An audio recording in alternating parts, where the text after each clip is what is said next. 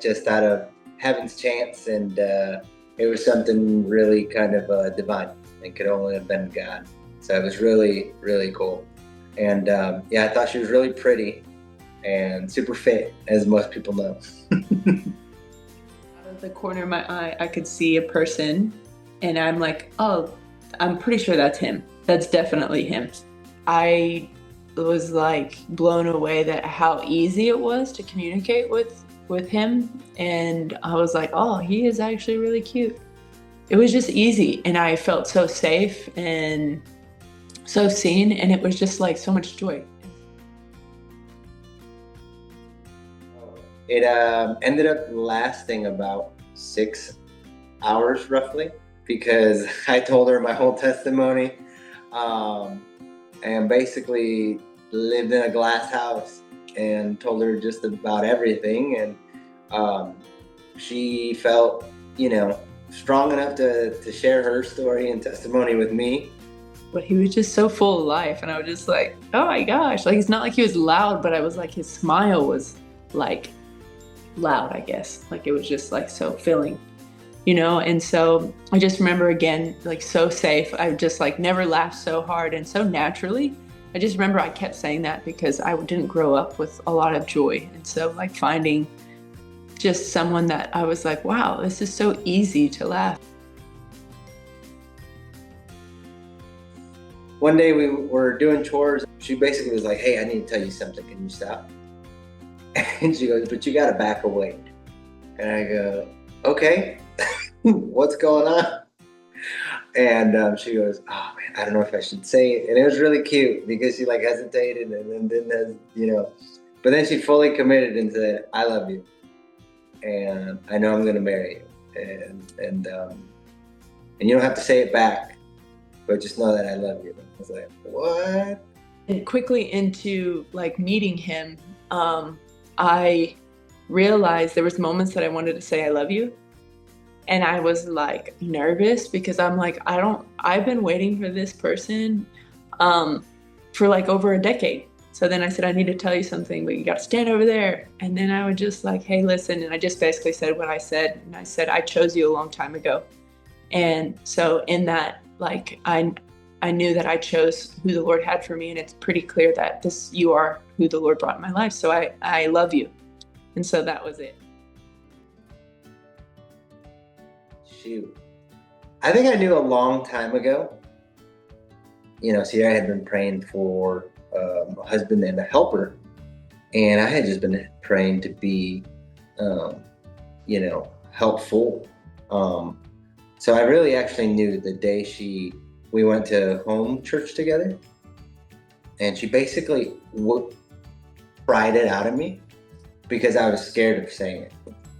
For some reason, I was stubborn to believe it, but the things went so in line that eventually it was like, oh yeah, that's definitely it. I'd be dumb to say no. The day that I met him, that evening, because I had started making a journal for my husband when I was living in Nicaragua. I wrote, I'm pretty sure I met you today. And so it was clear that I knew. Because I didn't know where I should do it, how to do it. I didn't know when the ring was really going to be here because I ordered it from a company that designs custom rings with natural stones, but they're from Australia. And she has Australian roots in her family. So eventually we had a job in Hobbs, New Mexico that we were going to. And the ring arrived, I think, like 3 days prior to us leaving. And so I was like, man, it would be cool to do it in New Mexico. So like she wanted to stop by Monaghan's, the sand dunes, and take a steer there. And so I kind of just quickly made up this thing where I'm just like, all right, that's where I'm going to ask her. That, like day 3, I basically made him tell me that we knew that we were going to get married. And then we already had a date. Like we talked about it. Immediately we felt November. And so we already had a date picked out and everything. And so it's kind of weird because then I didn't have a ring for a while, but I still wanted to be asked. Like, the little girl in me was like, I still want to be asked. I still want it to be special. And so we went to this photo shoot, but before we left, a package came in, and I'm like, I'm pretty sure I know that that's my ring. And I gave it to him, and he doesn't know, but I saw him like take it into his room, and I actually asked him when we were doing pictures and like this video thing, and I'm like, okay, is that it? Is that it? Do you want to do anything else? Like, and I was like kind of, and he was like, yeah, actually. And so he proposed. And that just her passion and her love that she has for God, just how tender her heart has become through him and for him, and how that's the first love she had. And I just am blessed and honored to be able to be just on the sidelines of that. I never want to replace that, that's for sure. And it pushes me to want more of Jesus. One of the things that I admire the most is his humility. And it's like his tenderness, and the way that he chooses love. And yeah, I think it's definitely his humility.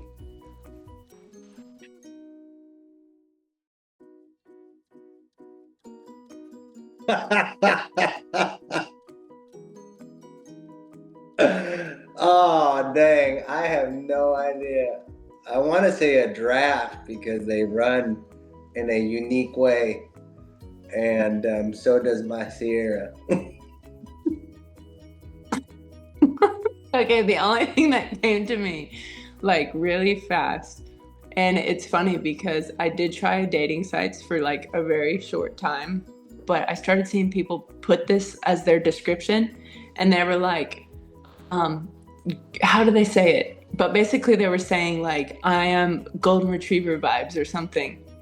And I was like, what the heck? What does that even mean? Like, and why would you say that? Like, and I'm just like, whatever.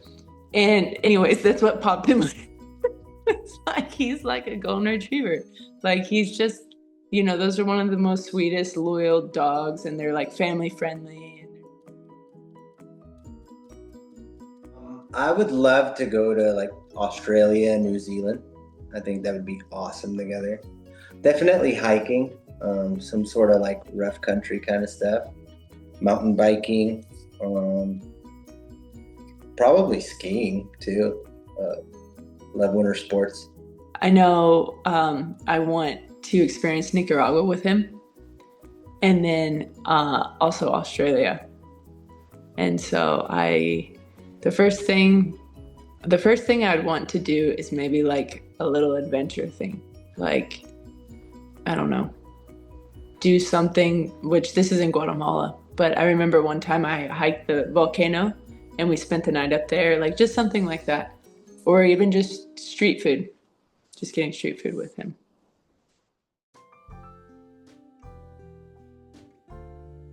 If the Lord's willing, some children. And if that's the case, just really focused in on the growth of Lonesome Longhorn and stewarding that well, to honor the Lord and also her mother and the legacy. We want to involve ourselves in a ministry. I know we'll definitely be serving and focusing on the kids and those that need or that we would love to help. I would imagine we have children, and I would imagine that the business is in a place that even is not necessarily super reliant on both of us, but more of a fluid thing. And in 5 years, I also imagine him having his citizenship. We can travel, and also maybe a place of our own.